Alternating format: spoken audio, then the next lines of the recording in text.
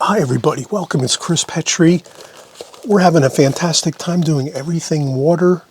We're going to start out with some pond and lake effects here. So lake, pond type painting, wisps of grass, trees, snowy banks, interesting water reflections. That's going to be our first composition. We're going to have a fun time doing that one. You're going to see how just easy and free this one is. Secondly, we're going to do a gorgeous ocean scene, the crashing waves coming in at the beach. Oh, we all love this type of scene, right? The ocean, the beach, the waves crashing, and you can just see yourself there on the beach, maybe in a lawn chair, reading a book or doing a painting. And we have all the details covered on this one, from the white paper where you have some of the waves crashing in white caps, and we show you some artist tape so you can get your horizon line perfect with your sky matched up just nice. And lastly, ooh, this one's good.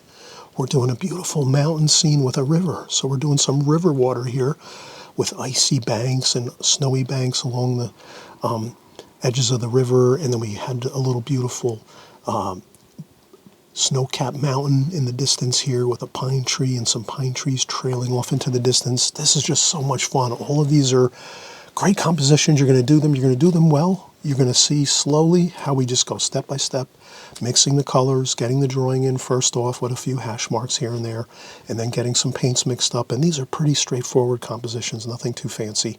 It's just a matter of taking our time, and we'll get it done and done it really well, okay? And then we're going to put these in a folder and save them in our studio. So please save your compositions when you're done. If one of them doesn't come out good, no problem. Do a second one if you have to, or maybe do them all over a second time if you want, whatever. Or just work on them 2 and 3 times, however you feel you need to do. But get one that, for each one of these, get one that looks really, really good that you're happy with, that you're going to put in a folder and save it. And then this way you can refer back to it when you're doing a painting in the future, where you're going to be using some of these same techniques, methods, and the same types of looks that we're going to have here. Okay? All right, let's get started. All right, we just saw the finished painting, and we're going to just keep motoring on along here. So what I did was, we're starting out here now with our first painting. And again, we're talking water, lakes, oceans, streams, rivers, you name it. We're going to do it all in this video. And then you'll have a nice bit of paintings you can refer back to. So once you create these paintings, I want you to take them and put them in a folder and keep them and save them. And this way, if you are doing a painting a month from now, or a couple months from now, or even next year, or a couple years from now, you can go back into that folder, and you might label the folder like water features, something like that. And then you put all these paintings that we're going to do, these compositions we're going to do, you can put those in a folder, and then you can just refer back to them, and you can take them out and say, oh yeah. And what happens is, when you do take out these paintings that you're going to do, these compositions out of that folder, when you're doing another painting maybe where you're going to need some inspiration or some ideas maybe, it'll click right back to you. You'll remember back when you did the video and how you did it, and you might have to do a little refresher, and you might even look up the video on my channel and watch it again or something. But what I'm saying is, it's really valuable if you can save these. Once you do these compositions with us here all together, save them, put them in a folder, and they'll be valuable in the future when you're going to be doing other paintings. You can always refer back to them, and it'll be good, kind of like refresher information for you. So I'm just going to protect the bottom. I'm going to use a sheet. These are actually the Arches gummed blocks here I have. So these are, I'm trying to think what these are.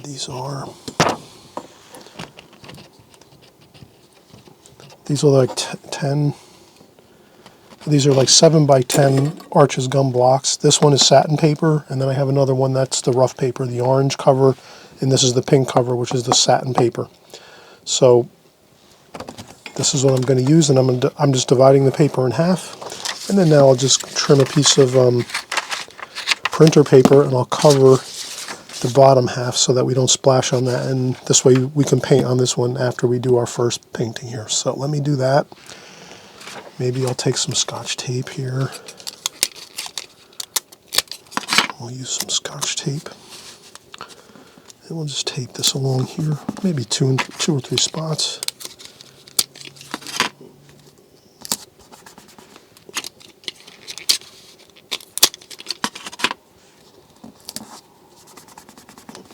Okay, good. And then we already taped this with some artist tape around this outside edge. And this is like maybe half-inch tape around the edge, the border. And now we'll just make a quick little note here so that we have this. So we're going to call this one Lake Pond. So that'll be our first composition, a lake/pond. Okay, all right, we'll set that aside.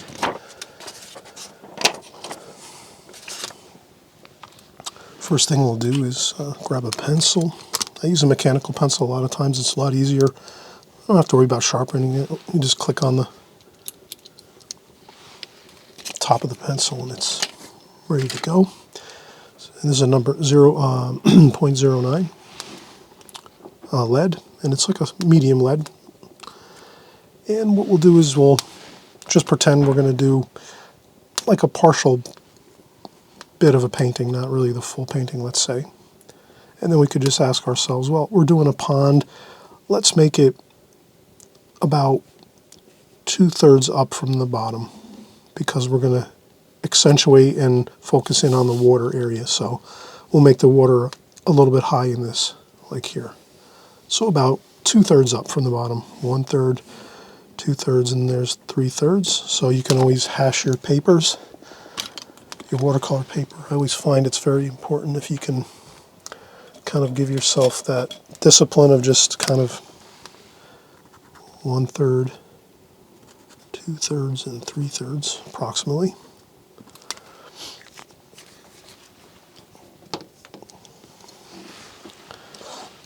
And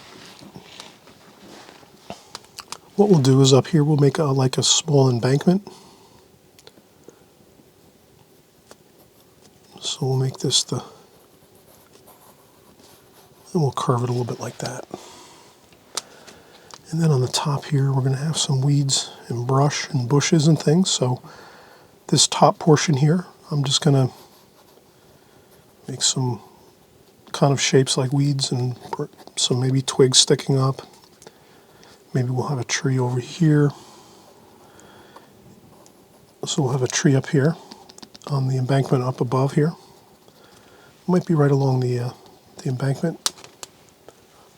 Or we could just maybe erase a little bit there. And we could make it up here maybe like that. So there's a little bit of space in between.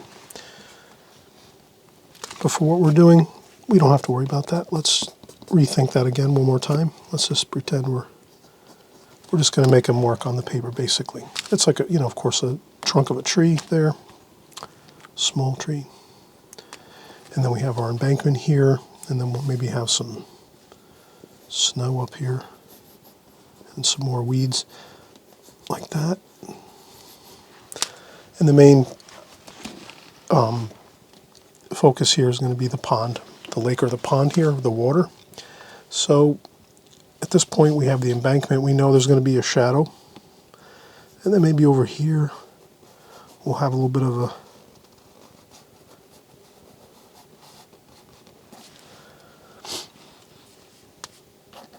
we'll have some more earth and embankments over here too as well, like that.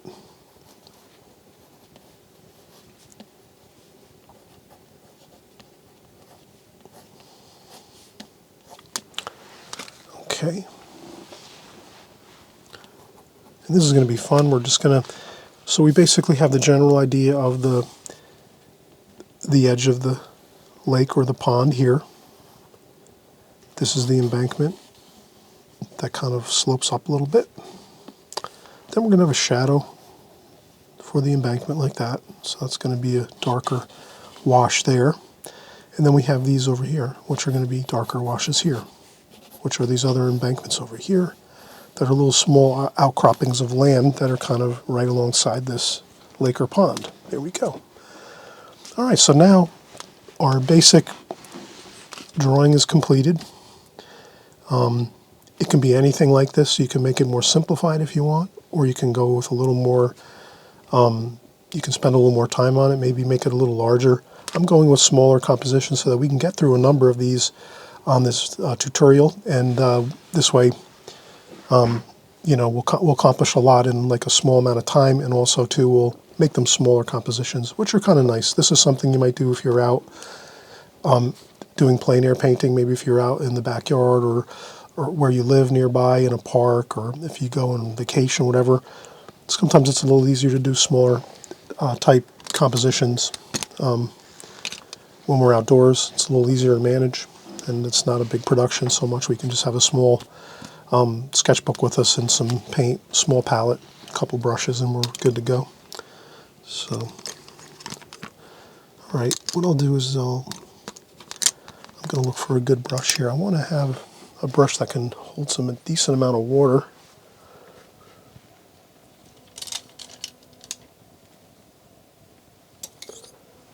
All right, so I'm going to use a travel brush. This one looks pretty good. This is the Da Vinci Kolinsky Sable travel brush, and this is a number 8. It's got the plastic handle. These are really handy. You can bring these with you if you go out and paint on vacation or weekend trips, or if you're just going out about nearby the home, park, backyard, wherever you're going to visiting someone's home. You can bring these with you, and they just stow away real easy. Protects the hairs of the brush when you put it into the plastic tube. And then when you put it into the plastic tube and you tighten it down, it's got a hole in the top that dries out the hairs of the brush so it won't get moldy. So you can just wrap these up, put them together. You can just take your brush,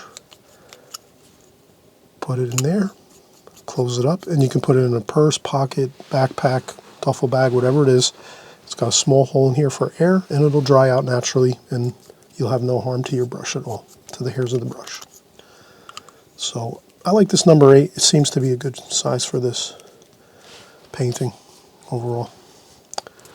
And I'll get some fresh, clean water. I'll just put my water bucket over here. I use the Holbein collapsible water containers.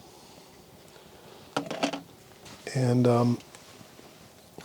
what I'll do is I have to go across the studio and grab a bottled water, so I'll just take a quick break now before we start the painting. I'm going to go grab a bottled water, get my water container full of fresh, clean water, and then we'll start the painting. So I'll be right back.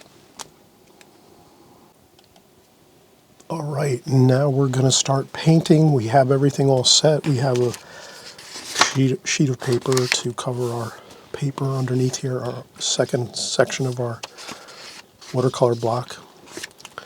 Fresh, clean water. And then we'll just start to work in some colors. I like to, you hear me kind of cover this on my channel a lot. We try to mix our colors first, if you can. It's really a good plan too. You don't always have to, but sometimes it works out good if we mix our colors first, and then we go in and start to work our colors in to our painting. So I'll look and see here. We'll use some raw umber and sap green.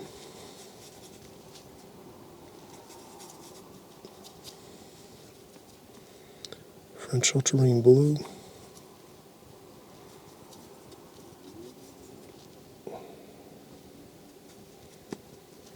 Olive green maybe. And maybe some burnt sienna.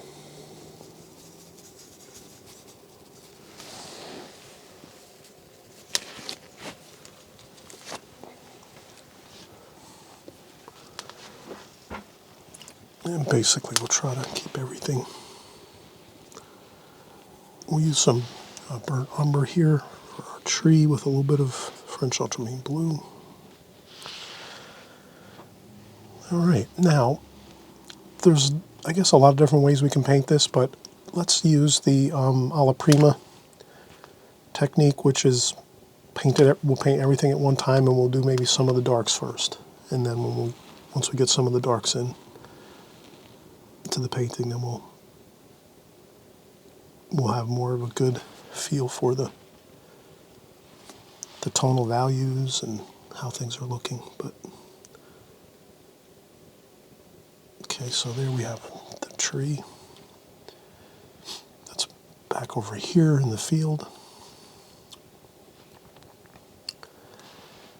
And then what are we going to do next? Let's do the embankment.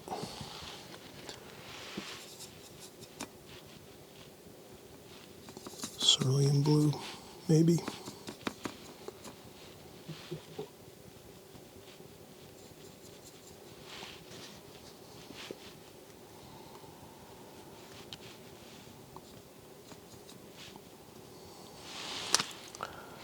And we'll try to keep that dark along here.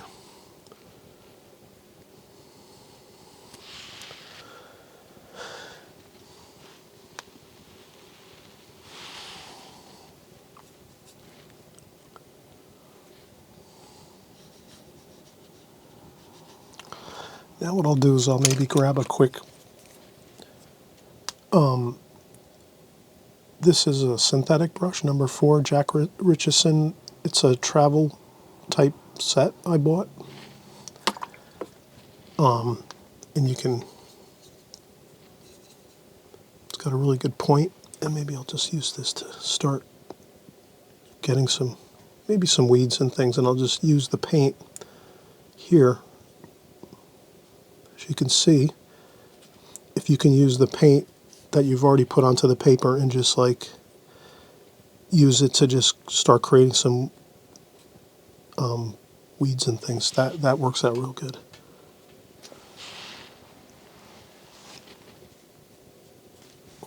Like that. It's almost like it kind of saves a step of having to load up the brush with paint and things. You just use the paint that's already there. And go with a little bit of a darker dark there. Burnt umber. Go in with some green. Burnt umber. So I'll make a little darker dark over there. Like that. Not bad. Another bit of dark there. Rinse off the brush. So I rinse off the brush. Take a little bit of water off the brush on the tissue there. And we'll just work over here. Like this. Alright, now we'll start doing the shadowing of this embankment right underneath it. So we'll leave some white paper in between here and there, like that.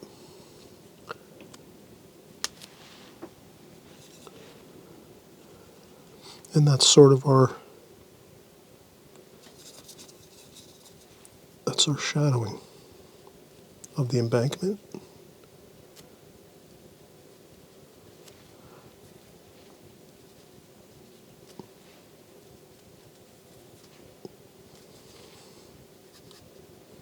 Like that.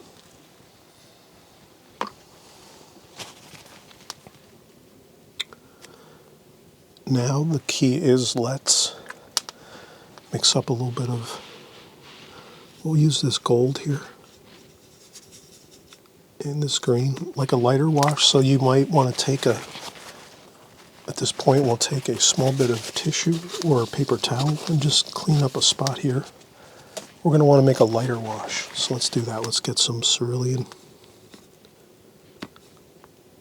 blue there and a little bit of this.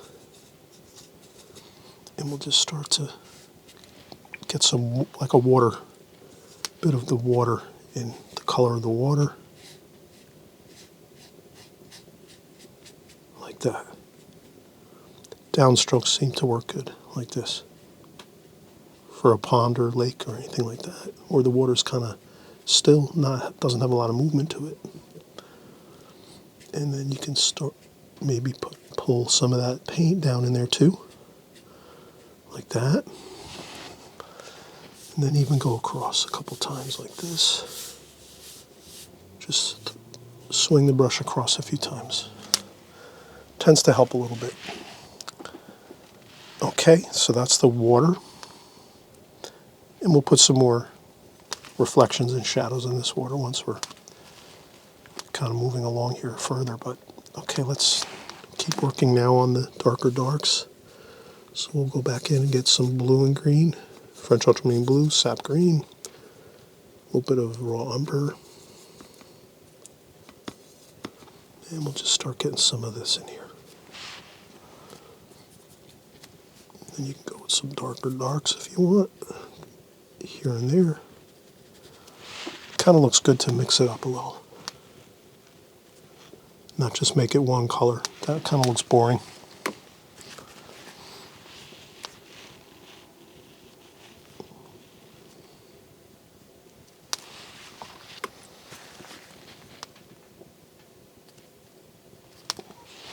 Okay, so those are the other embankments. And then we can take that and get a little bit of reflection in the water, like that.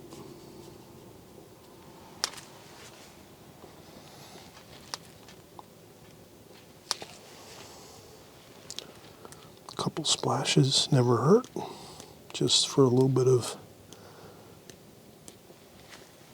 something to stimulate the mind when we look at the painting. Okay, now you can get some. This, let's make cooler up here.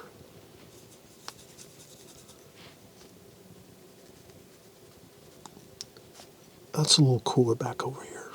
It's in the distance. You can always enhance your paintings by putting some cooler colors in the distance of your painting.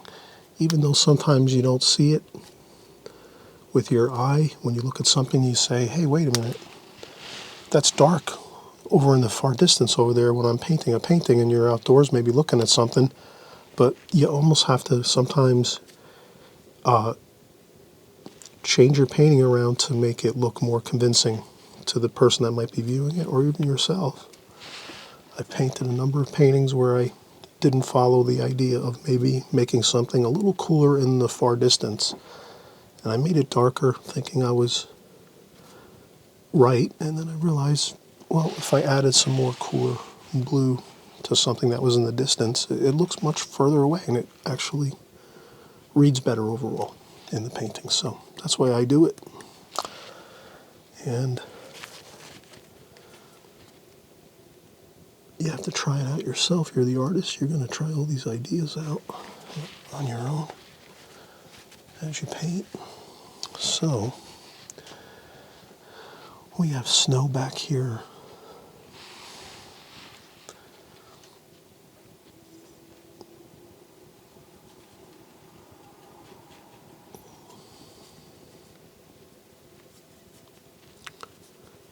I'll put some more weeds over here.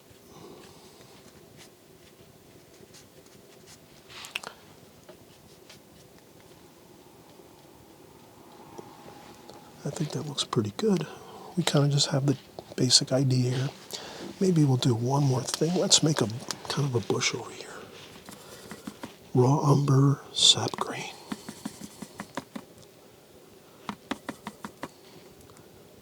We'll make a happy little bush over here, like that. Maybe a little darker dark in there, too.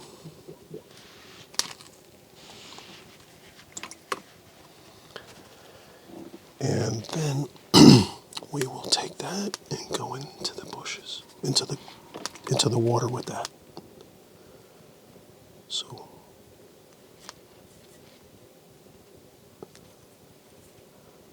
now with reflections in the water, if you have a bush up here and you think it's going to reflect down into the water, you just want to take this and make it kind of wavy, like that.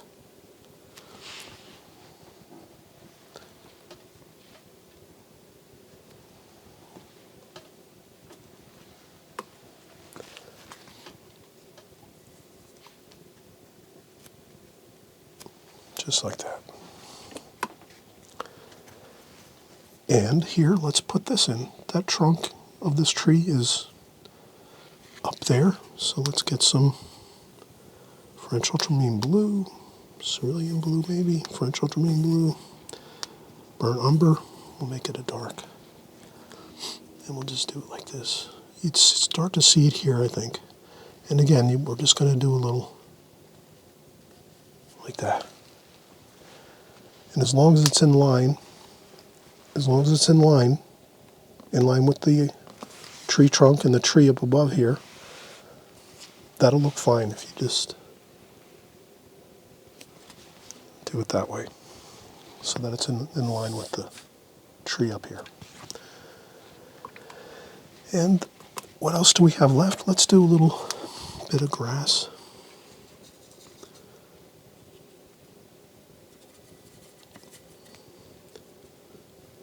Warm and cool. I consider greens sort of cool, and then umbers and yellow, gold, reds, those are warm colors for me.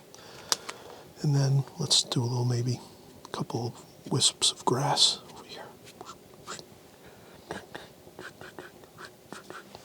Good. Then we can take our fine brush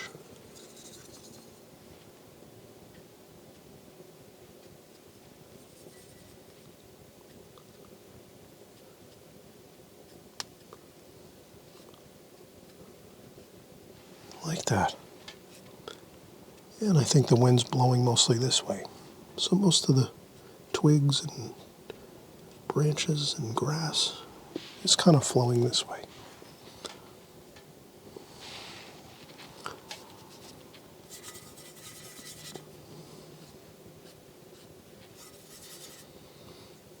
Raw umber, sap green, a little bit of French ultramarine blue, and do a couple of those.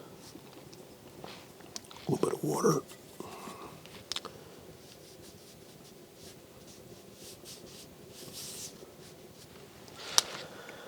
And I think that's good. So we have some feeling of water here.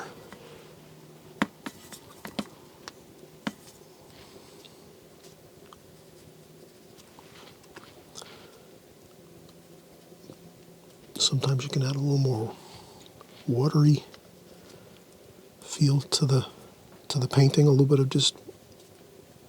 of fresh, clean water to the washes.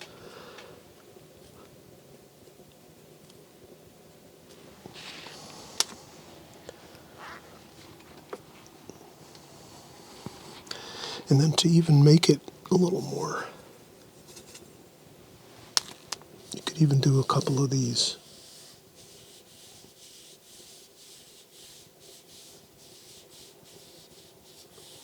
A couple of wavy kind of bits of brushwork, but not too much, just a few. And that might do a little bit of, and a couple of, maybe some of these.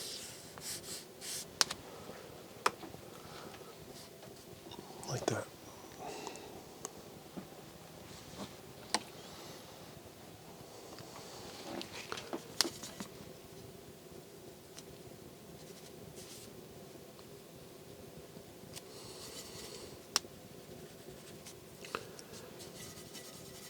And you can make a couple more darker darks under here.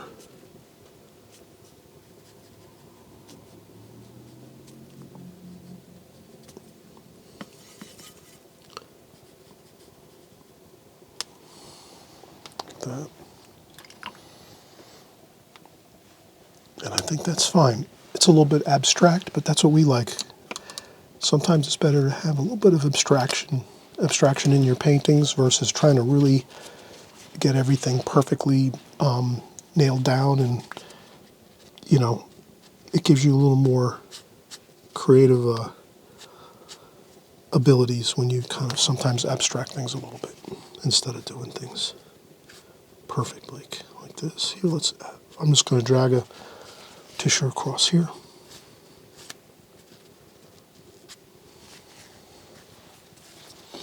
Maybe across this way too. Like that. All right. I don't want to overwork it. I think that's perfect. We've captured the mood here. Maybe we would add maybe some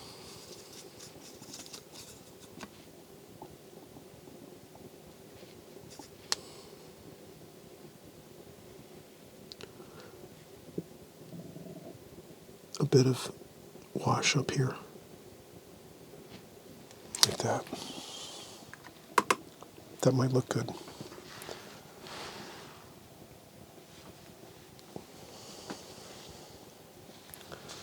All right, let's get ready for another painting, another composition. What I'll do is when we come back, we'll reset up everything, but I'll actually do it right on camera so you can kind of see how I'm going to kind of switch around my paper and everything. I'll kind of cover it here right on the tutorial so you can kind of see how I'm going to reposition everything on the on my working board here. Okay, be right back. All right, let's resituate ourselves here.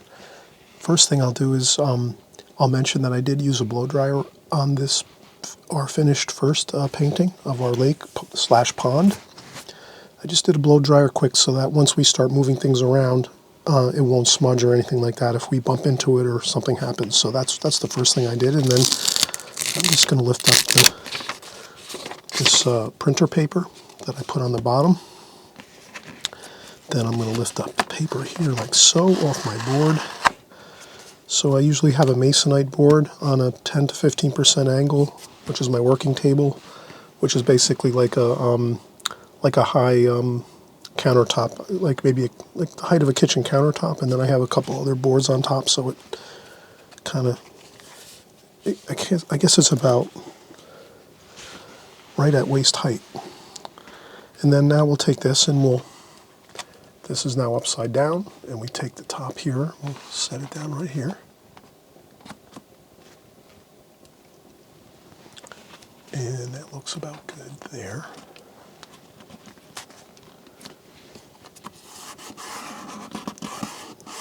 I'll just push down the tape. That looks fine. Then we'll take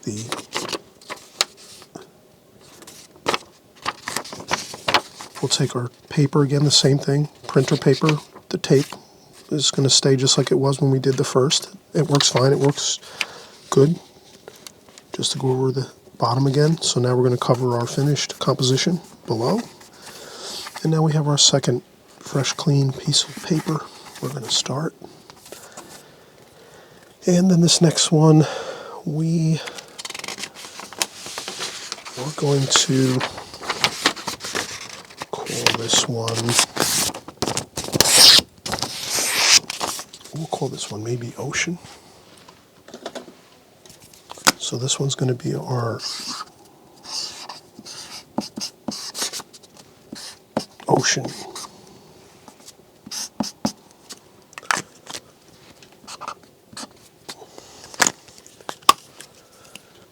Okay. And first thing we'll do is decide on, again, we're talking hash marks.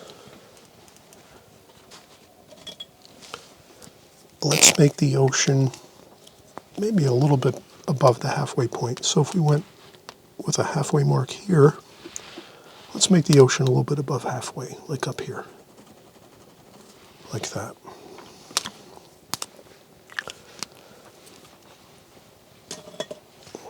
And then we'll take our pencil line. You can use a ruler. A ruler is probably a good idea when you do an ocean horizon line. I wouldn't say it's absolutely necessary, but it's a pretty good technique to use. So what I would do is if you have a T-square like this, then you can just abut it against the edge of the paper, and it gives you a natural, perfect level line all the way across. Or if you don't have that, not a problem at all. We can just use a ruler, and let me see if I can find my... Okay, so then we can use a ruler and just measure down from the top down to that line, and we figure out it's 1 5/8. Inch, quarter, half, 5/8. Come over here, 1 half, 5/8. Or if you spin it around and use it, the metric system, it would be 4.2 centimeters. And then we go over here, 4.2 centimeters. Good. Then we just throw a ruler across there, like that. And then we have a perfect horizon line for our ocean, distant ocean. And let's try to just go with painting this freehand. You could, if you wanted to, you can use some artist tape and put tape down, or even Scotch tape works, and put tape down maybe where the sky is. So above the line, you can put some tape across and then paint your ocean across your line. And then once it starts to dry a little bit or set up, then you can pull the tape off. That gives you a perfect straight line. Or you can paint it by hand. It's up to you. You always have options here. So that's going to be our first horizon line. And then we're going to make this just real simple, just the ocean with some waves coming in, some surf coming in. So I'm going to make a line like this on a little bit of an angle. And then maybe maybe there's some waves crashing over here and there, like that. So I just put some pencil lines to give me a little bit of a guide as I create this. And then maybe we're going to have some sand over here in the very foreground, some sand here. And then we'll have some sky wash back here. But we'll keep that real simple, the sky wash. And then I think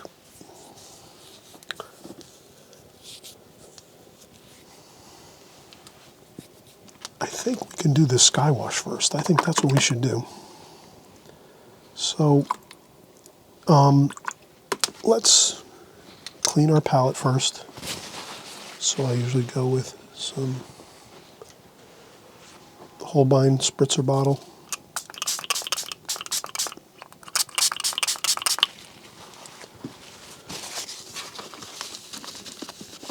And just get the majority of the previous washes. Even though we're going to use some of the same colors, we'll start off with fresh colors now.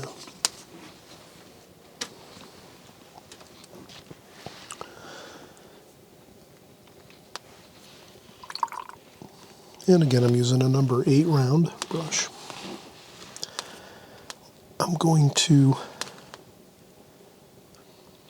I will use some tape, I think.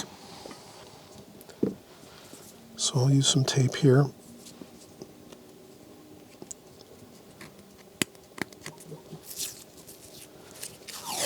And I'm going to tape the ocean below the line, the ocean horizon line.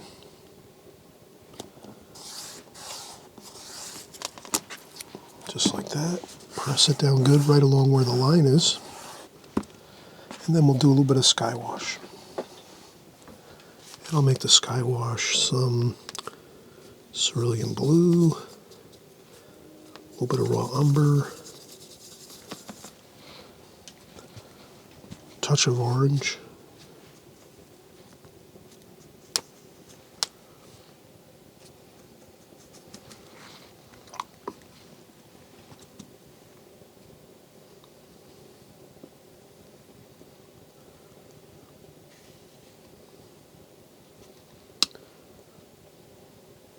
okay, so I just do a parallel line across with a little touch of light orange and a little bit of the other green and blue mixed in there, and then a little more of this here. And then I just only go across a few times, leave some white paper there for clouds, and that's it. So you can see how quickly I did that. The key is sometimes less is more. So we did I always tend to think skies are great when you just kind of do a few brush strokes and walk away from it. They seem to look really good that way for my taste, but you're the artist, you have to decide what you think looks good. So that's going to be the sky wash quickly. Maybe a little bit of more blue up top.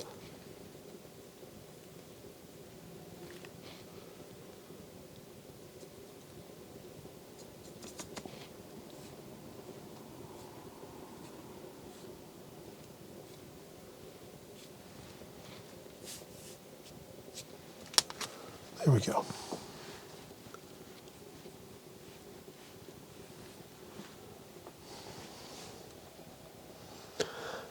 Okay, so here we're doing skies as well. We're doing two things instead of one. All right, now let's lift this off the tape. Perfect straight line. I would let this dry. So I would say maybe 20 minutes, half an hour. This should be pretty dry. This line we just painted in, the sky wash.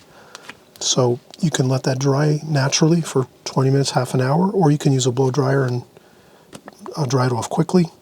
What I'll do is I'll just stop the tape quickly. I don't want to make a ton of noise with the blow dryer, which will be kind of distracting. And then we'll come back and we'll get started again. So what I'll do is I'll dry off the sky wash for about 1 minute, maybe 30 seconds to a minute with the blow dryer, and then I'll turn back on the tape and we'll get started again. And I always mention it, as we're taking a break now, please always remember the best way to keep in contact with us here on my channel is you hit the subscribe button down below on the right hand side. If you click subscribe, and then you also hit the notification bell, the top notification bell, that means whenever new videos come out that we're creating here on my channel, you'll get the videos, you'll see them first when you open up YouTube the next time, so you won't miss out on any of our videos. And that's it. That's the only thing really the subscribe button is for. It's YouTube's way of letting you know that your favorite creators are and artists are putting out new content on an ongoing basis, and they want you to just make sure you're kind of seeing it first, so you know that there's some more interesting things you're looking forward to, so that you don't lose track of it. That's all it is. You won't get any silly emails or text messages or anything like that on your phone or your emails or anything like that. So in any case, we'll be right back. We'll just do a quick blow dry and we'll come back.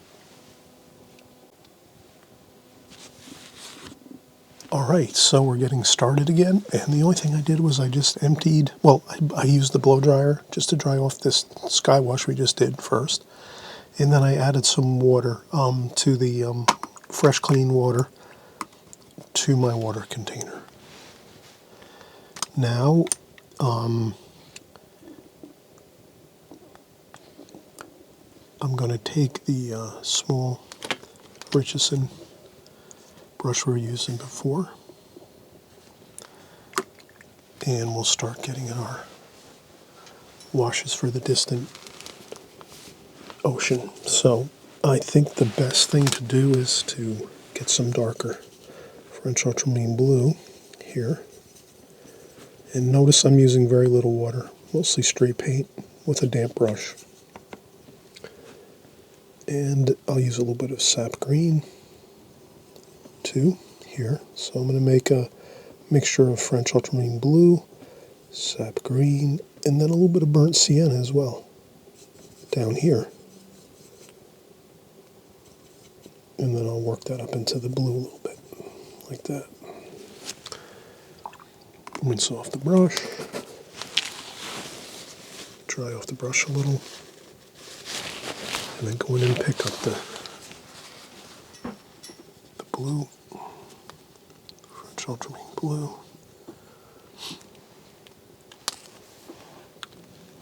And again, you could use some, let's use the tape, why not?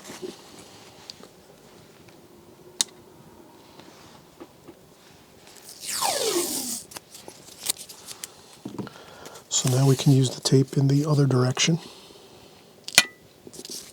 We'll put the tape now up on the sky area, which is dry.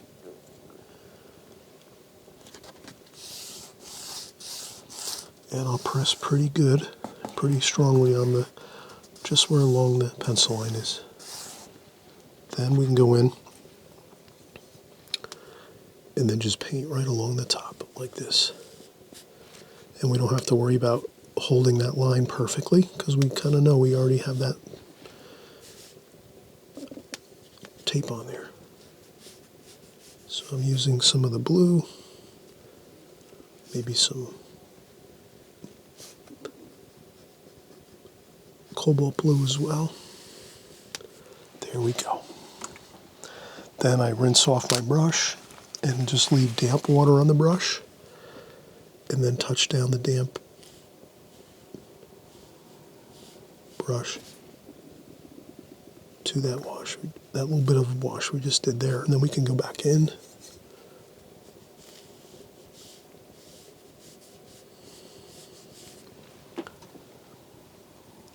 Maybe a little bit of green.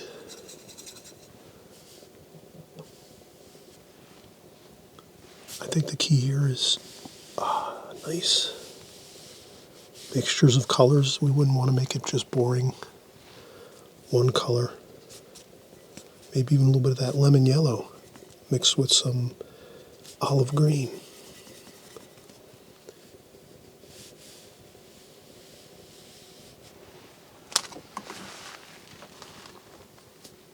And we leave some white paper too for some waves. Not over here though. Let's leave it over here. So there's some white caps there. And then here we'll make a wave. Right there.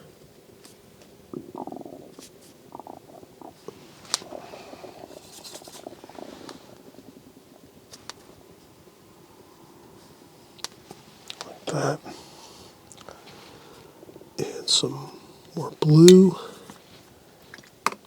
And maybe ultramarine violet too.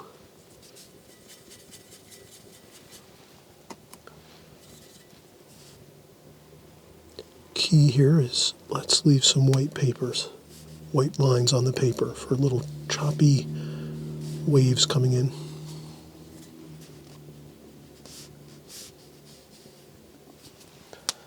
Maybe some viridian green too.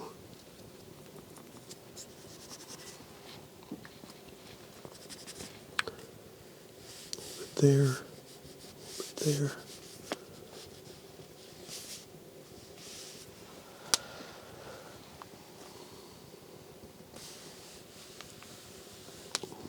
Like that.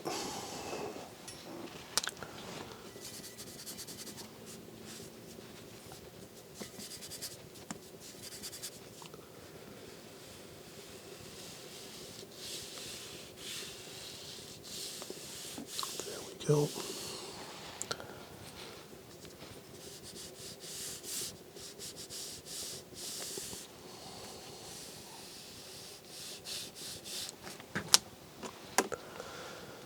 And then let's leave this,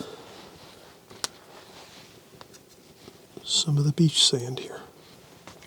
And I'll just rinse off the brush and get a little bit of that orangey color we used before. Splash a little bit of that orange color on, dry off the brush. And maybe just drag a little bit of that.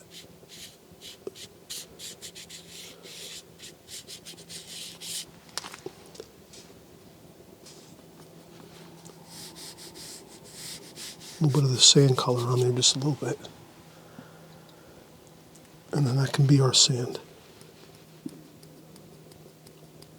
And I'll just splash on some speckles for sand color. And I think that's good. And then we lift up the tape.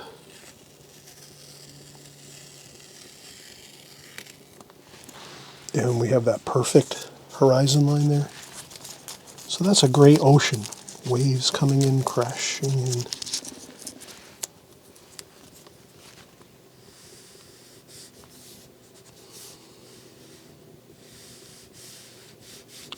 And I wouldn't overwork it, just a few, maybe minor brush strokes at the end here. And that should be fine. Okay, we have our second ocean composition completed. We're going to do two more. Yes, we're going to keep on pressing on here.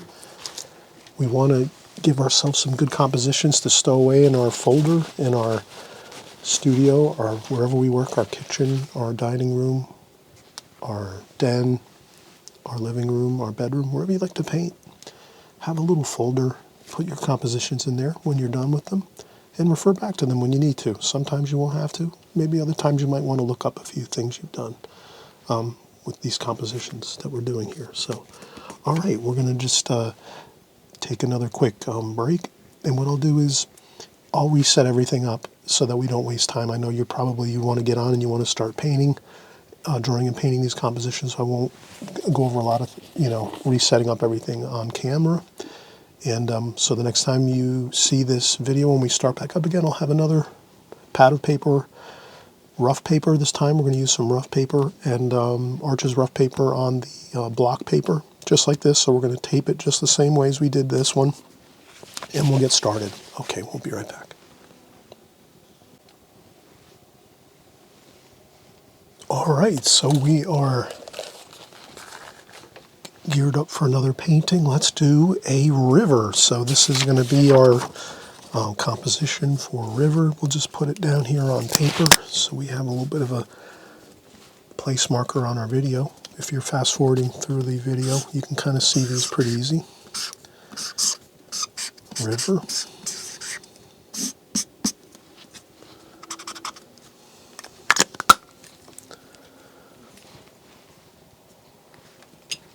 Okay.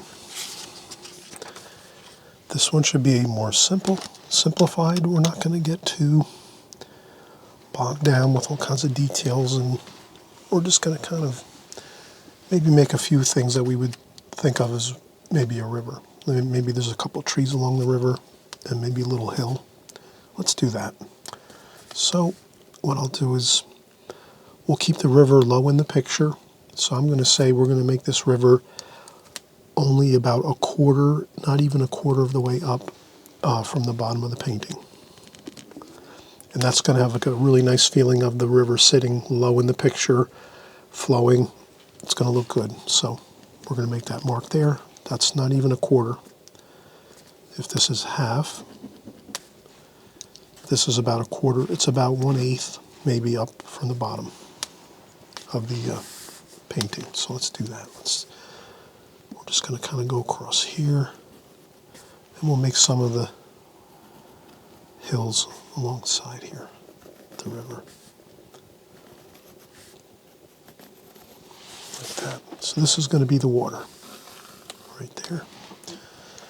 Then we're going to do some, like this might be like an embankment over here, and some rocks, and maybe a couple of trees, bushes over here.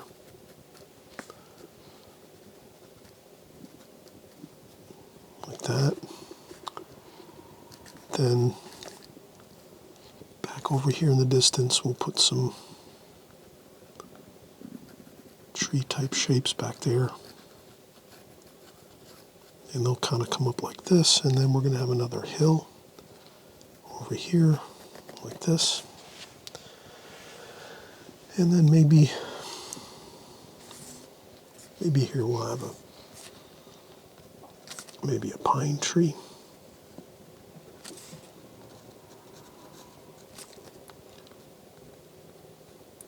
So we're going to do a little bit more than just the river. We'll do a pine tree here. Like that. And we'll reflect that down into the river like that.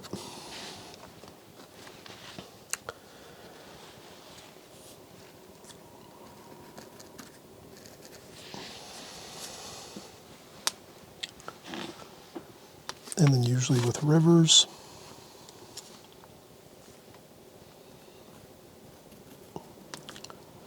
there's often mountains. So maybe we'll do a mountain over here, a distant mountain.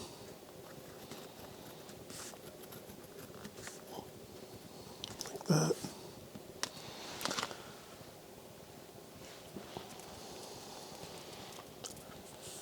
And that should be good. Okay, so we have our drawing done, and then we'll just spritz our palette.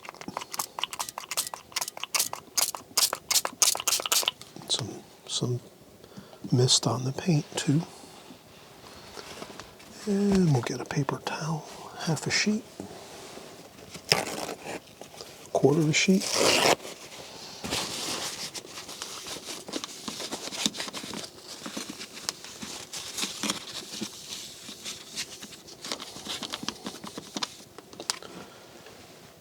And now we're ready to start with some new colors. And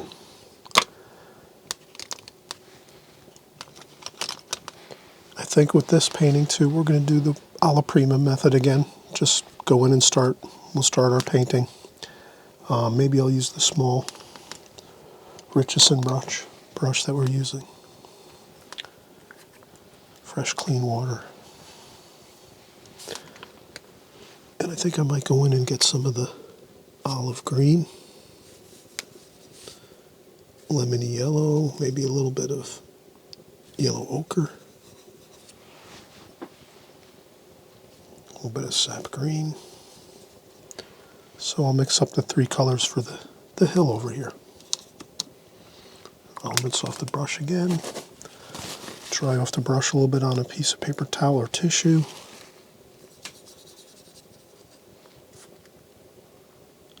And I want to start getting in this hill.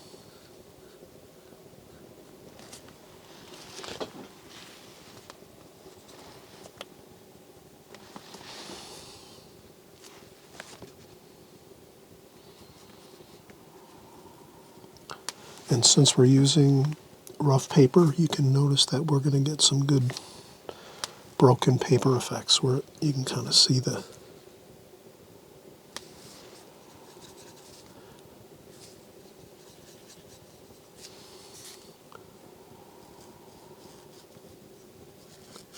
it gives it some texture.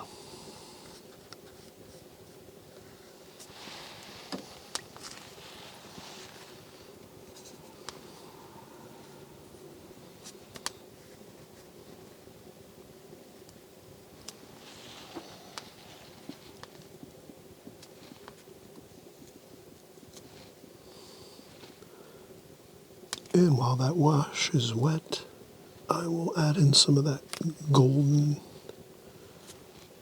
yellow ochre and raw sienna.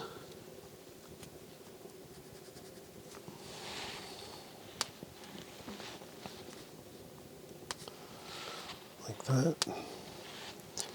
Then we'll go in sap green, burnt umber, a little bit of warm it up a little. Then I'll do some of the bushes and trees over here. Maybe the light's coming from this direction. So I'll put a little white insignia up here.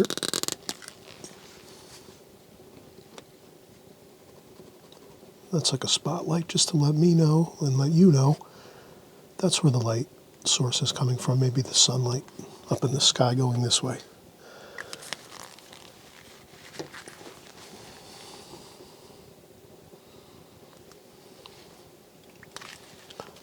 And again, rinse off the brush, dry off a little bit of the water on a tissue, paper towel, if you have an apron on, whatever works. And a little lighter color over here on the right side. Over here's the shadow side. Here we go.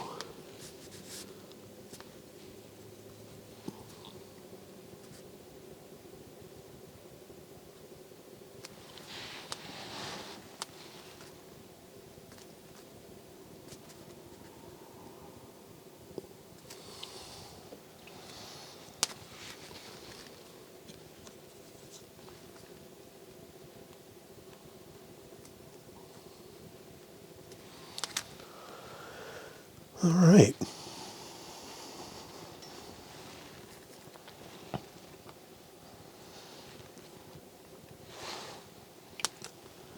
And now I'll go in and get some purple, which is Winsor Newton Ultramarine Violet. Ultramarine Violet by Winsor Newton.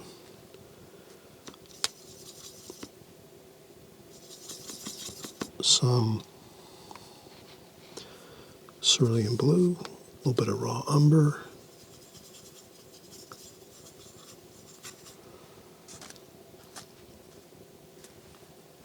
and we're going to put this distant purple mountain back here. Maybe there's some snow up there.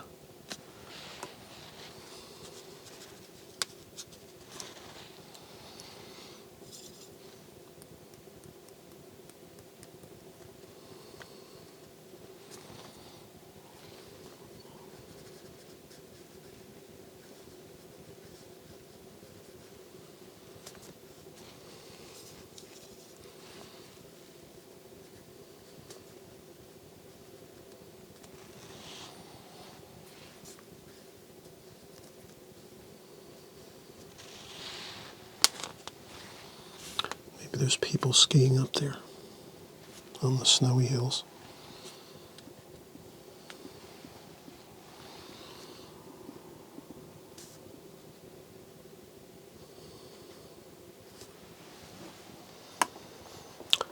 And then over here,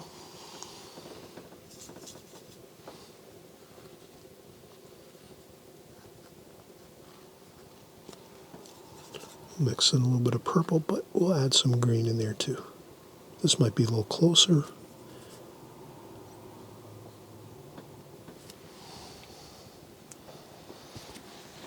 And this might be some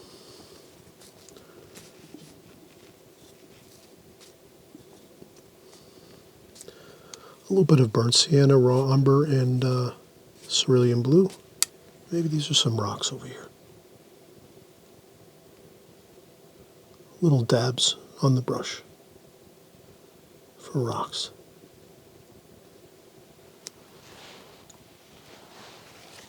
And we'll let that dry.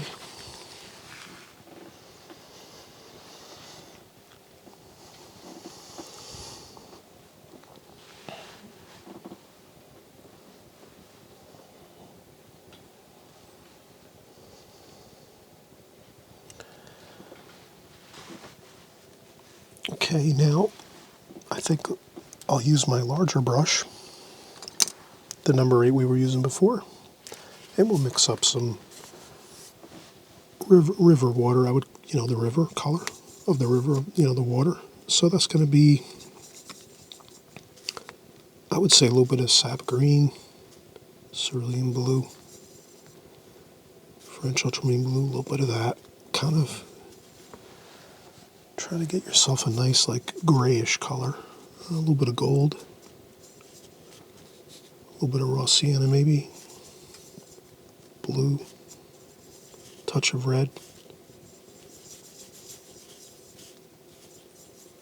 I would go for more of a bluish color though. A little bit of cobalt blue.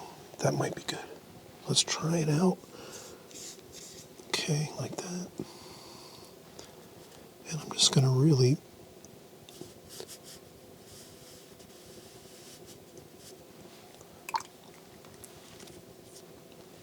I'm going to add a little more blue. Like that. Wow, that looks good when you mix a few colors together, doesn't it look good?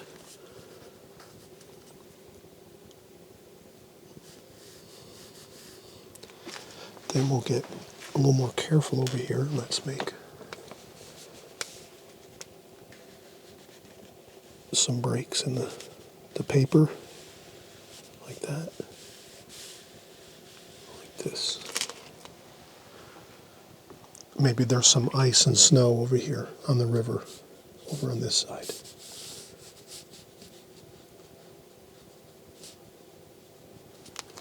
And I'd leave that white paper too along the shore. There might be some snow and ice along the shoreline there too. All right, looking good. We can just keep going. We could take a break at any time. You can just hit pause, as you know, on your video here on YouTube. But what I think I'm going to do is I'm going to go with I'm going to wet the paper just a little bit with fresh, clean water. Up top on the sky though, but not lower, just on the top area. Just a little bit of fresh, clean water. Here and there, not everywhere. I wouldn't wet the whole thing. I would just do a couple spots here and there. And that's the fun of doing skies. You really don't have to do much work at all. You add a little bit of water to the paper and let it sit for a second. And then we'll go in with some beautiful cobalt blue mixed in with that river water that we made there. And then you just, it looks good if you have that little bit of other color mixed into the blue, and then you just add it up there like that. Just add the paint mix. I would cover the whole top first. That would be my first thing. Cover the whole top area along the tape. That gives a nice border. Then you just carefully touch the brush gently on the paper and kind of go in an angular motion like this across the painting, like skies usually do. They flow on angles a lot of times. And we just go like that. And as you can see, we're not doing much more than letting the paint and water do the work for us. That's it. And then as the sky goes further and further back, as you can imagine, this is really close up top. If we were standing here looking at this scene right here and we were standing right by the riverbank, up here in the sky, that's where it's right over our heads. And then as the sky goes down this way, it gets further and further away, and then all the way back there, that's where it's furthest away, and that's where the thin clouds are, where it fades away like that. And then we could take a little orange paint. There's usually a little bit of warmth along the horizon line of where the sky meets the ground. So I take some orange, just a tiny bit like that, and do that. And I wouldn't touch the mountains. I'd leave it just a little bit I'd leave a little strip of white paper above the mountaintops there in the distance. And then I'd kind of mingle that orangey, very light orange color to the blue right there. Kind of just blend it a little bit like that. Kind of blend it along there like so. And I think that looks good. And I wouldn't fuss with it any further. All right, what we'll do is we'll let this dry 100% because we really can't do any more details. Like we're going to do some pine trees here, the large pine tree right here in the foreground here on this little riverbank area and hill. And we'll put some more distant pine trees in here too as well, but we have to let the paper dry 100%. So that's the perfect time to use the blow dryer and dry it off, or let it dry naturally for an hour or two.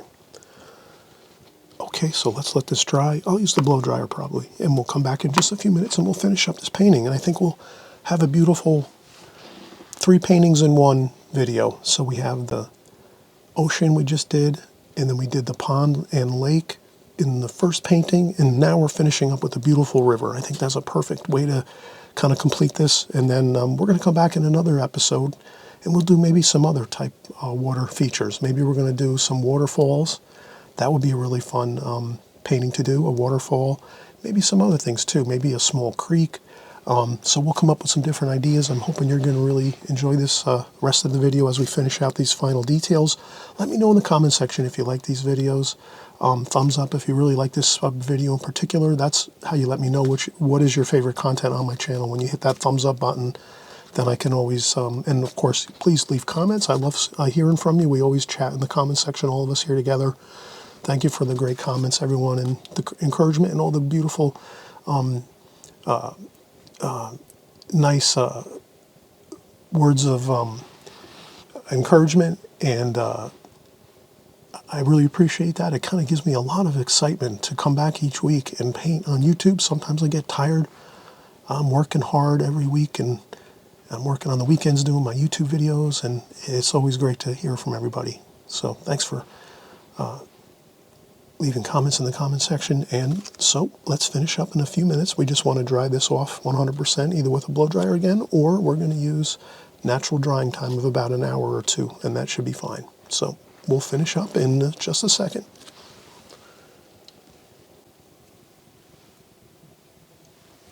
All right, let's finish up. We're going to do some pine trees. We could zoom in here a little bit. That'll be fine. And we're just going to use some, for the pine trees, we would use some French ultramarine blue. And again, here we wouldn't use, I would actually dry out a section of the palette so there's no puddles or anything like that of water. And then I would take just a damp brush and get some French ultramarine blue, burnt umber, and sap green. And that makes a nice, good dark green for our pine tree. And then I'm just going to do a couple branches here and there. I did the pencil lines, the branches, but I would kind of refrain from doing every branch that I drew in with the pencil, I think. And the reason is, what I'll do is now we have these branches in, that looks good. And then I'll take a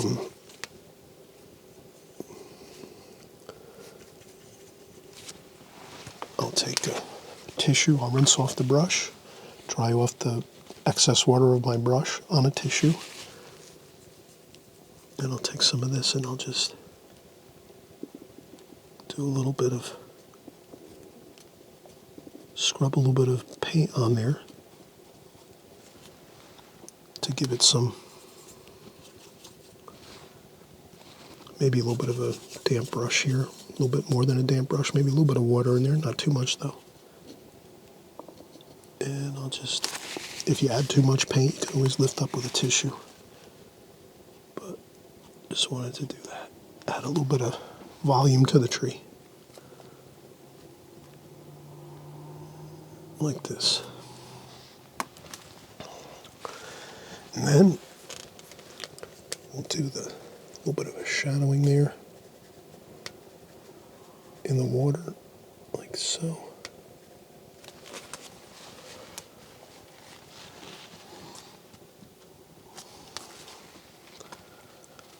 Maybe we'll do a little bit of reflection there.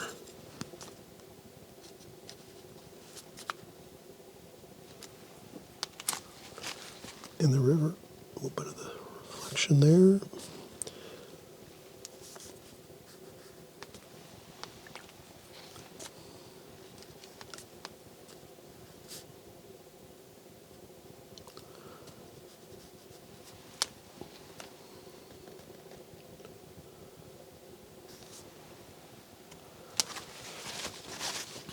I might blot up a little bit too, just to.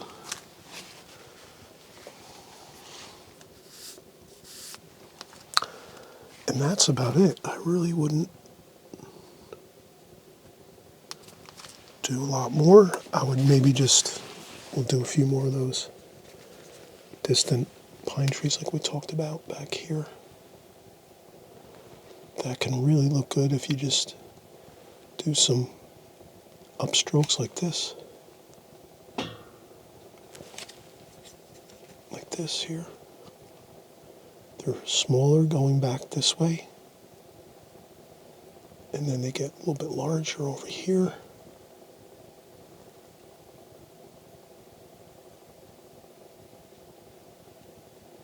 Like that.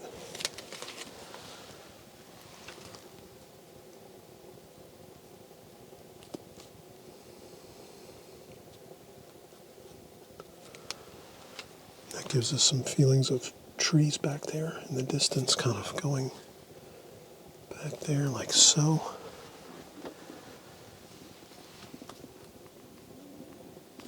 Maybe a few more back here. But that's about it. I wouldn't go with too much detail. Sometimes adding too much detail at the end of a painting will kind of ruin it. So I would just leave it at that. We got the pine tree in here. I think that looks good. It gives a little bit of a focal point, and then we have the beautiful snow-capped mountains here, the distant purple mountains as they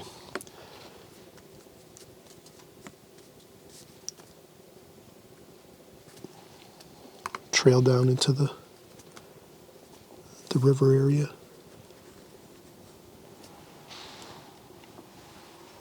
And I think that's perfect. Okay, so thanks again everyone for coming by, joining along.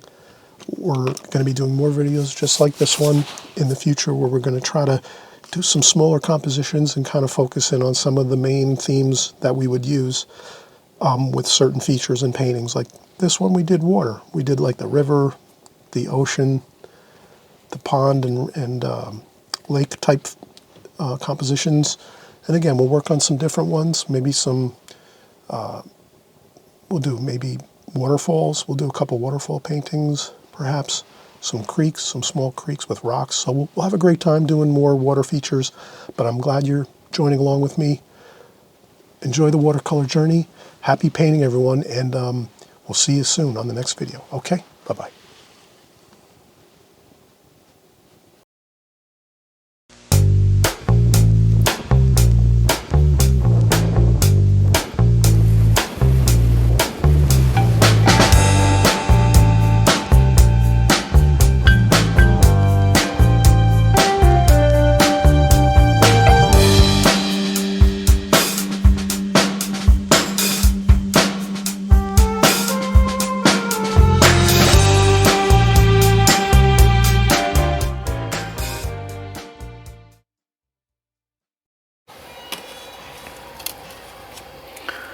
Hi everybody, I'm Chris Petri. Thanks for coming by. Thanks for stopping by my channel here. We're doing watercolor art 24/7.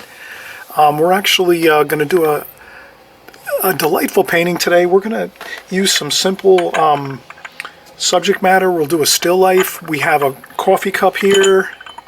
I have a plastic fruit, which is an orange, styrofoam. So you can use real subject matter. You can. I have a large amount of faux fruit.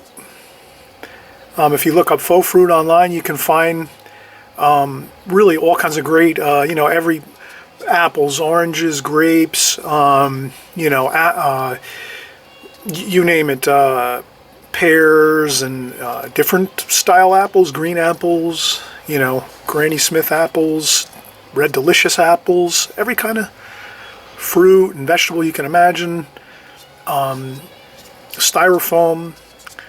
This looks very real, very convincing. They have a really beautiful detail, the way they created these. So you can find some really good quality faux fruit.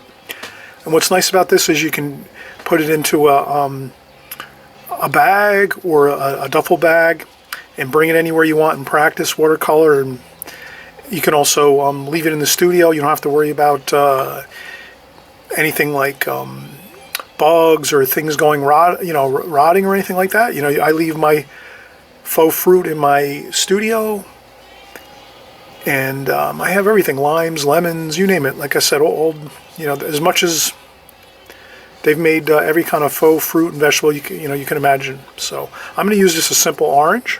I'm going to use a simple white coffee cup. I'll use also a picture. Maybe we'll create. Maybe I'll make a picture. Just like for. Sometimes I'll just recall. I have a numerous amount of pictures. Clear glass pictures for flowers. I have some. I have a couple white pictures for flowers. So I have all different kinds of still life things in my studio that I use, and also sometimes I'll just draw from memory, and maybe we'll do that here for some of our items. But again, be creative. Set up a couple little still life setups for yourself, and just practice on those. And here we'll do that. We'll set up a nice a cross ring. I'm just going to set up a little few things.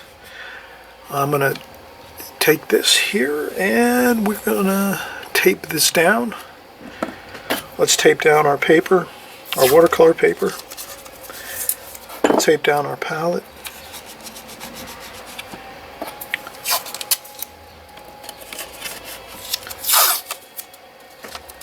Okay, now what I'll do is I'll tape this down first here.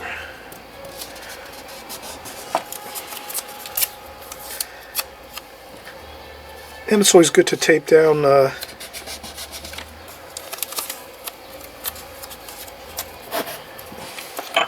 watercolor paper, and then tape off our sections that we want to.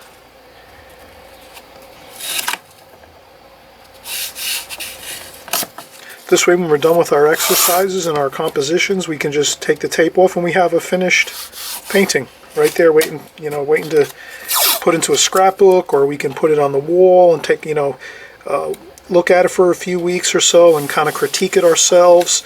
That's always good to do. You take your paintings and you hang them up in your house, or give them away. You give them away sometimes too. Maybe you're going to sell them a few times here and there to friends, or gallery shows, whatever you do. But as an artist, it's always good to take your work and display it in your studio, in your house, and you can learn from it and say, I like that, I like this, I like that other thing I did there, and maybe I'd like to do this different next time. I think I could make it look better in this section or that section, or so forth. So always try to improve a little bit each time, and also enjoy the victories that you have when you're painting. So here, let's go in and we'll do just a simple composition, just so we can get some cool ideas here so I think I'll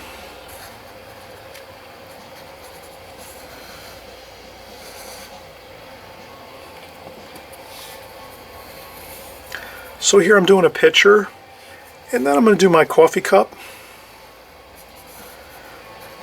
and the saucer, and I'm going to come around this way and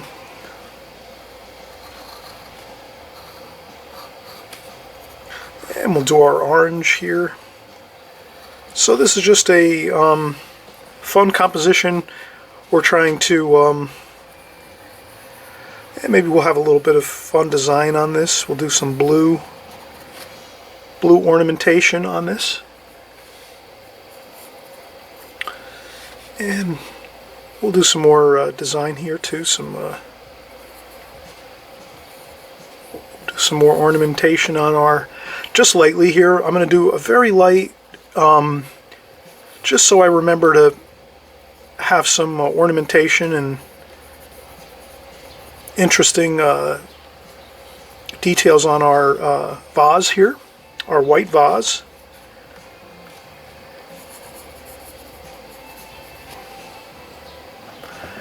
In this exercise, we should keep things loose, keep things fun. Maybe we'll pretend there's a little plant over top of this here, some flowers. Maybe there's a larger vase over here, and there's some leaves and things here.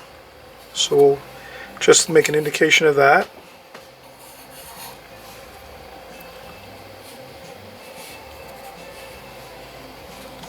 Okay, that looks good. And again, here we're having fun. We're just going to mix some colors and have a good time here. We're not worried too much about, is this a award-winning painting or anything like that. We're just having fun. We're going to practice the fundamentals of watercolor right now. So right now we just did our contour drawing. We went in, we looked at our subject matter. It could be from a book, from a picture. You might set up your still life with some cups and saucers and so forth, and fruit. You can use real fruit. You can buy faux fruit, and vegetables and all kinds of interesting things. You could, if you don't like those type of things, you can set up things that you have around the house that you like. Maybe you name it, anything, kitchen items, some of favorite heirlooms, things like that. Anything that you want, you can just really set them up and draw them and paint them. So here I'm just doing a nice loose representation of a coffee cup and an orange and a white vase. We're going to do some blue ornamentation on this. And there's maybe a little, some leaves here. And let's see how we can just make this fun. Alright, I'll get my brushes here.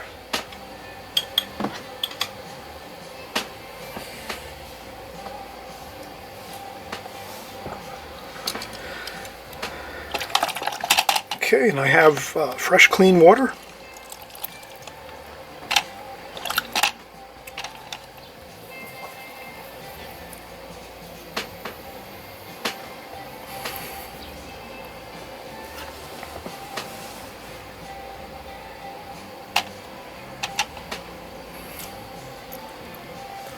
Okay, let's get right in and we'll do some of the darks. Let's take some of that blue for our ornamentation. That is French ultramarine blue mixed with a little burnt umber, maybe a little burnt sienna.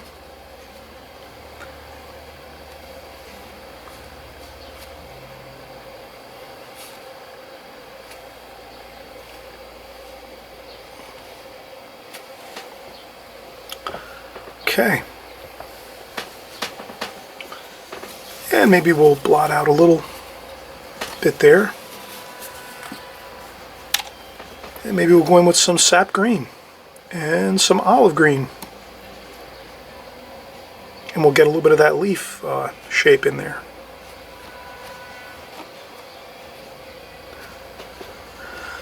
This is fun, look at this. How easy is that? This is just absolute fun with colors, and all we did was really set down a nice little bit of contour drawing, nothing fancy. And now we're letting our paints do the fun, the work. A little splashing. Loosen things up, splash a little bit, have fun. Don't worry too much about how perfect it looks. We're having an enjoyable time here. Alright, so we have a little bit of blue for our ornament here, a nice little stripe going along the top of the vase. Let's do some cobalt blue.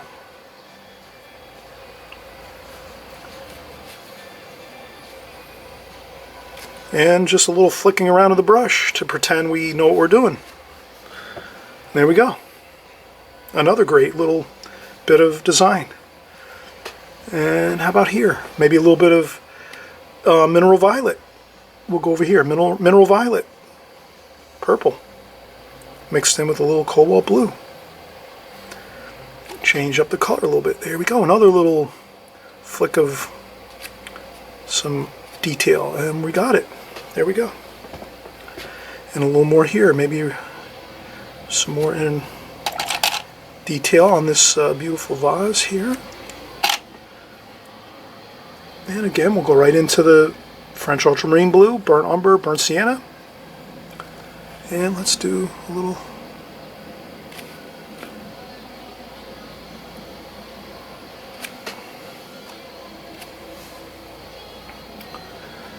okay, now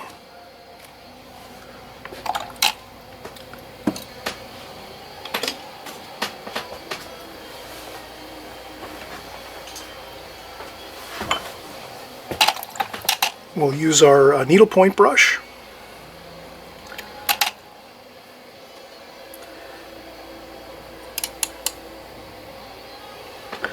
And we'll even get into some more fine detail. Even this is pretty fine detail right here, but let's get even to some additional fine detail. Let's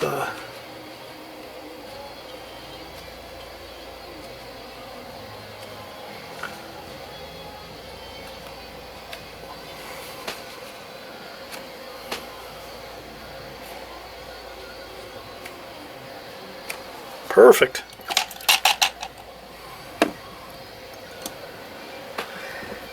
Okay, now let's take a little bit of that green that we have mixed here, and a little bit of the blue and purple over here. And let's do some shadowing. Maybe a little cerulean blue too. A little bit of yellow ochre too, mixing a little bit of warm.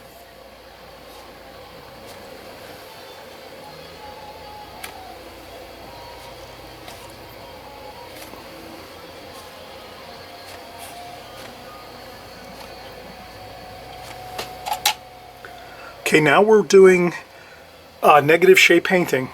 We're taking this area here and we're accentuating the light on this side of the vase over here. So the light's coming from here. If we want to make sure, we just take a light insignia like that with a light bulb, and we say the light's coming from here.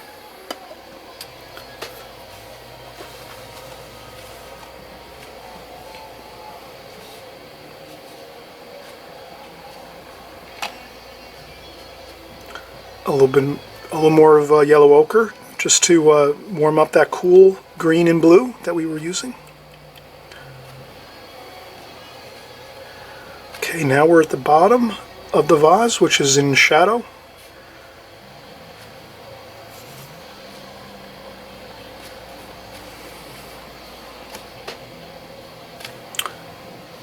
The light is catching this side of the vase and the so we'll let that be like that. There we go.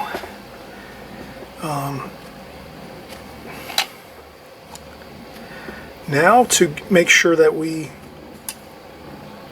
accentuate the light on this side of the vase, we will put a little bit of green and blue over here. Maybe a little mineral violet. And maybe we'll just lightly fade this out over here.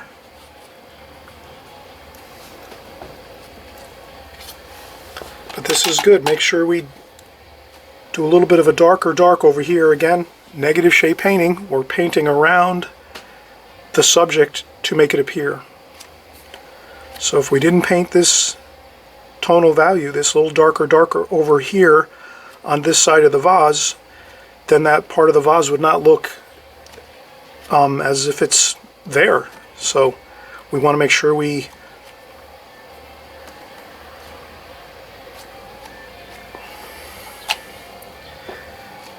paint negative shade painting to keep our subject matter looking real. Let's do our orange. Fire in that beautiful orange, cadmium orange. How does that look? That looks great. Let's add a little cadmium red to the bottom section here of that cadmium orange, and some yellow ochre. And then as we go up, let's fade it a little bit and make it lighter up here. There we go. A little bit lighter up here. Even if you have to use the tissue and lighten it up a little bit on the top of the orange. Perfect. A little more cadmium red in the bottom. And then we can mix that on. We use a dry brush. We take our cleaner brush, dry it off on the tissue, and then we can take some straight paint right out of the palette and go right into the painting. Don't even worry about mixing it onto the palette. Just go straight into the palette and right into the paint, onto the painting. And just dance the brush around a little bit here and there. Rinse off the brush again, dry it really well with some tissue, and then you can just move the paint around a little bit. Rinse off the brush again, dry it again with no paint, no water, and then just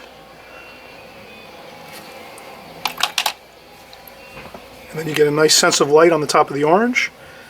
Plenty of darker tonal value on the shadow area here. The orange is catching more light on top. And then let's go in, we'll do a little bit of shadowing on our coffee cup.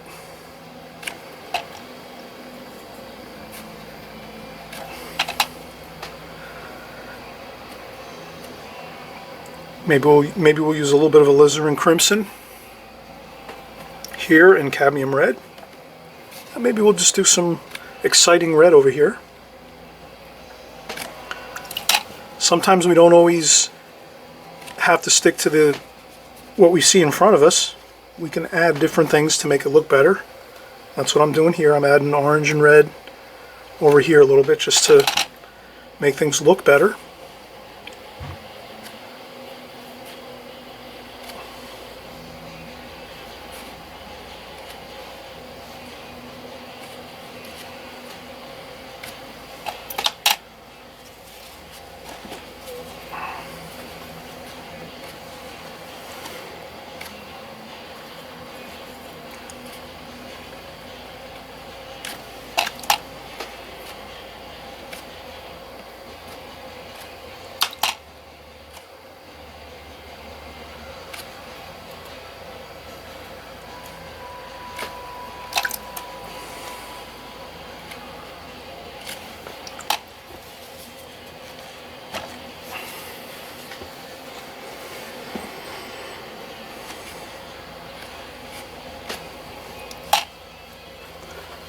And I'll go in with some French ultramarine blue again, a little bit of green,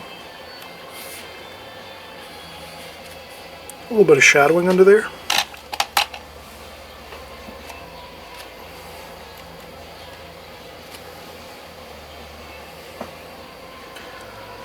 Let's get back into some of the greens up here. Let's change our color a little bit, add a little more burnt umber, or add some burnt umber to that green, which would be sap green and olive green, just to give us a little bit of a different look.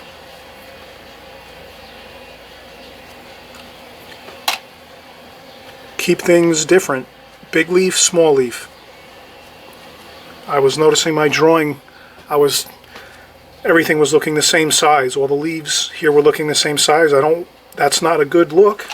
It's better to change things around a little bit, have things look different, non-symmetrical. So I had one larger leaf and one smaller one. And we'll put a little more green there.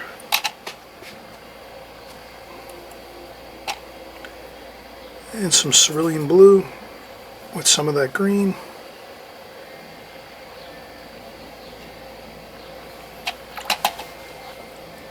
Then we can go into some yellow ochre.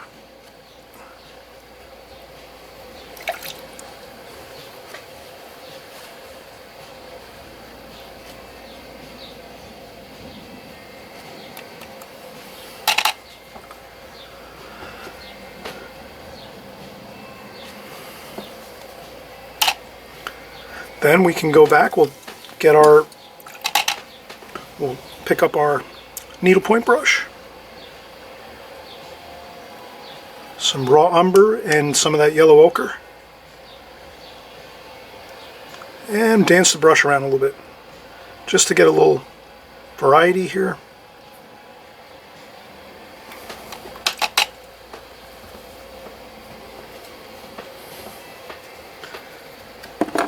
Then we'll go in, we'll get some more sap green.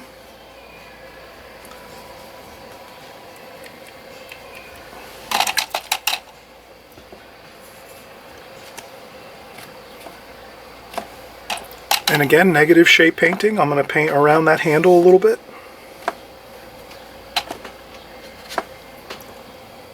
And just splash and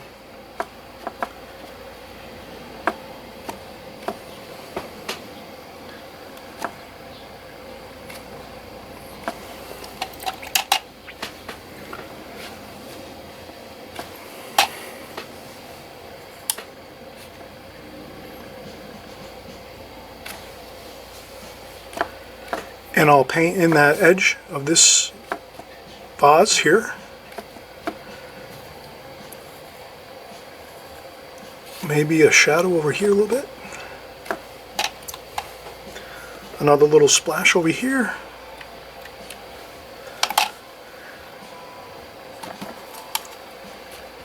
And maybe some green over here just to balance things. So I'll put some green over here.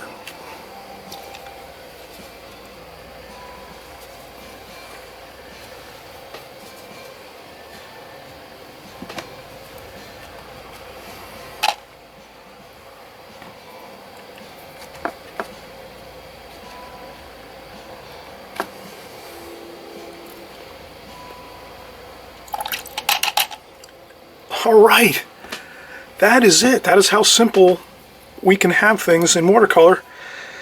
Just taking a couple simple things like a coffee cup, an orange. You could pick, lemons, limes, any kind of fruit, vegetable you like. You maybe put down a picture, maybe some leaves, some shapes of leaf forms next to it. You don't necessarily have to draw a bouquet of flowers. Here you could just put something nearby, just so you have a feeling of like this is near a bouquet of flowers or a plant, some potted plants. You can expand this idea, make it a full painting, and then add in a potted plant or whatever you would like. But I think the key is it's really fun in watercolor to just do small parts of things.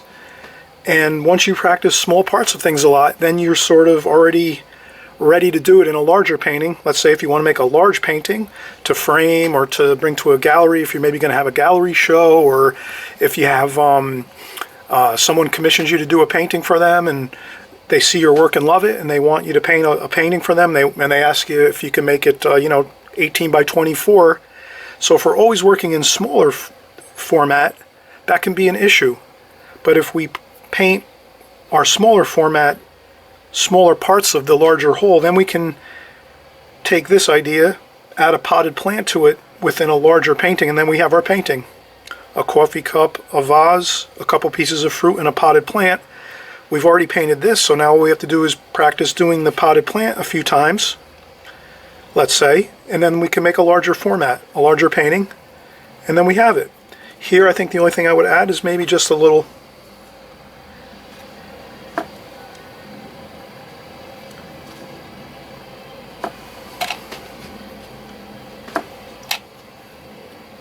color just over the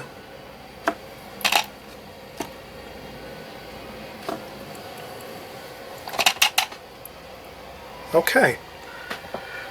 All right, I hope we had fun here, and this is, again, you'll always hear me say it, have fun with your watercolors, enjoy. Let's work on small comps, and then eventually doing the bigger, larger paintings is no problem. And if we peel off our tape, this makes a perfect small composition to pin up on our wall next to our desk where we work, our studio, our office. Maybe we work in the office and we want to put up a small painting. Maybe people come by, they love it, they want one too. You can create a couple of these, make prints of them, or make a couple for our friends at work. Okay, again, let's see if we could